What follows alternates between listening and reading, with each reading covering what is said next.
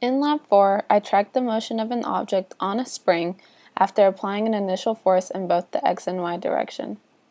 I also analyzed the consistency of the object's motion with the energy principle, taking the mass, spring, and Earth as the system.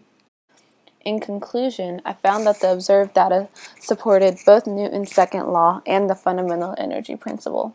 In order to computationally predict the ball's motion due to the spring and the Earth, I used Newton's second law to update the ball's position and the new force acting on the ball. Newton's second law states that the change in velocity is equal to the net force times the change in time divided by the mass.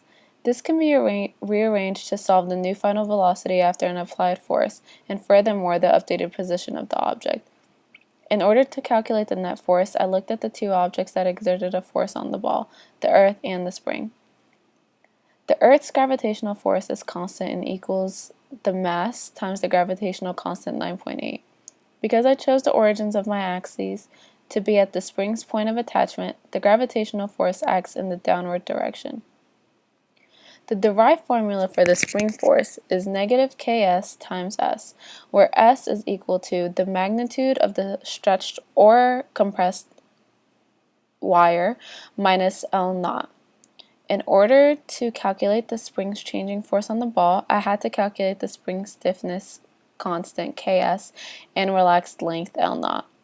We know that T is equal to 2 pi times the square root of the mass divided by Ks.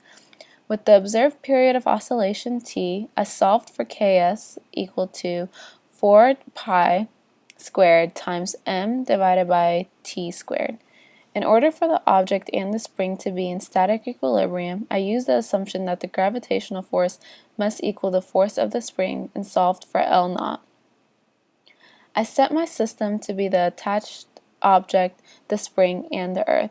By doing so, the fundamental energy principle states that the change in energy of the system should be equal to the change in energy of the kinetic energy of the system plus change in the potential energy of the system, which equals 0. We assume that the change in energy of the system is 0 because there are no significant forces or objects in the surroundings that are doing work to the system. This assumption also neglects the effect of air resistance. In order to complete my tracker analysis of the provided video, I first calibrated the length of the video with the stretched length of the spring. This was given to be 0.7 meters.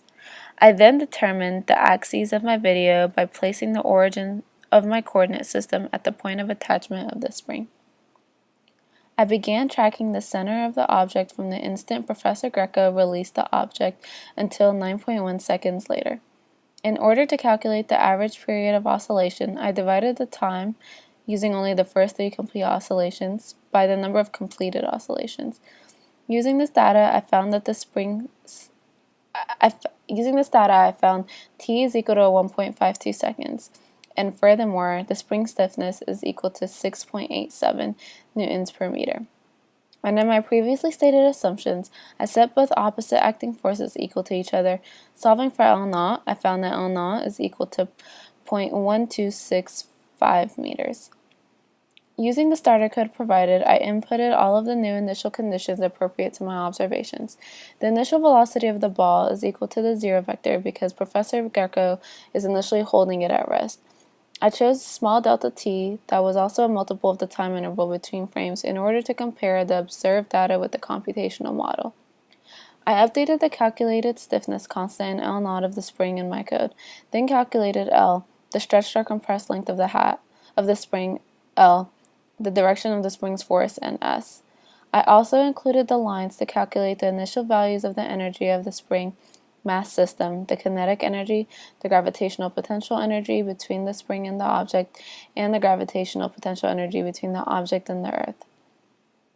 This while loop calculates the spring force, the gravitational force, and the total net force. With the calculated net force, it updates the mass's velocity and position after a small time period delta t. It then recalculates and updates the spring force's initialization points according to the spring's new length of compression or stretch. Using the calculated velocity and position, it also updates the system's kinetic energy, gravitational potential energy, and spring potential energy. I then used the final energy values to calculate each change in kinetic and potential energy. I extracted my data from Tracker into a CSV file and imported that data into my Python code. By doing so, I was able to compare the computational model of the object's motion in the display window with the experimental motion of the mass. In my comparison, I found that the ball followed a very similar path, supporting Newton's second law model computationally. Because there was such a great number of data points recorded, the small error in observed data could be attributed to inaccurate tracking of the center of the mass in Tracker. Also, although air resistance was neglected, the observed data is relatively shorter displacement could also be due to a small impact from air resistance. After proving that the motion of the observed ball is well predicted and modeled by the computational model created, I observed a graph of the change in kinetic energy, change in gravitational potential energy, and change in spring potential energy and net energy. In my analysis, I found that the change in gravitational potential energy and spring potential energy oscillate with the same period but were opposite.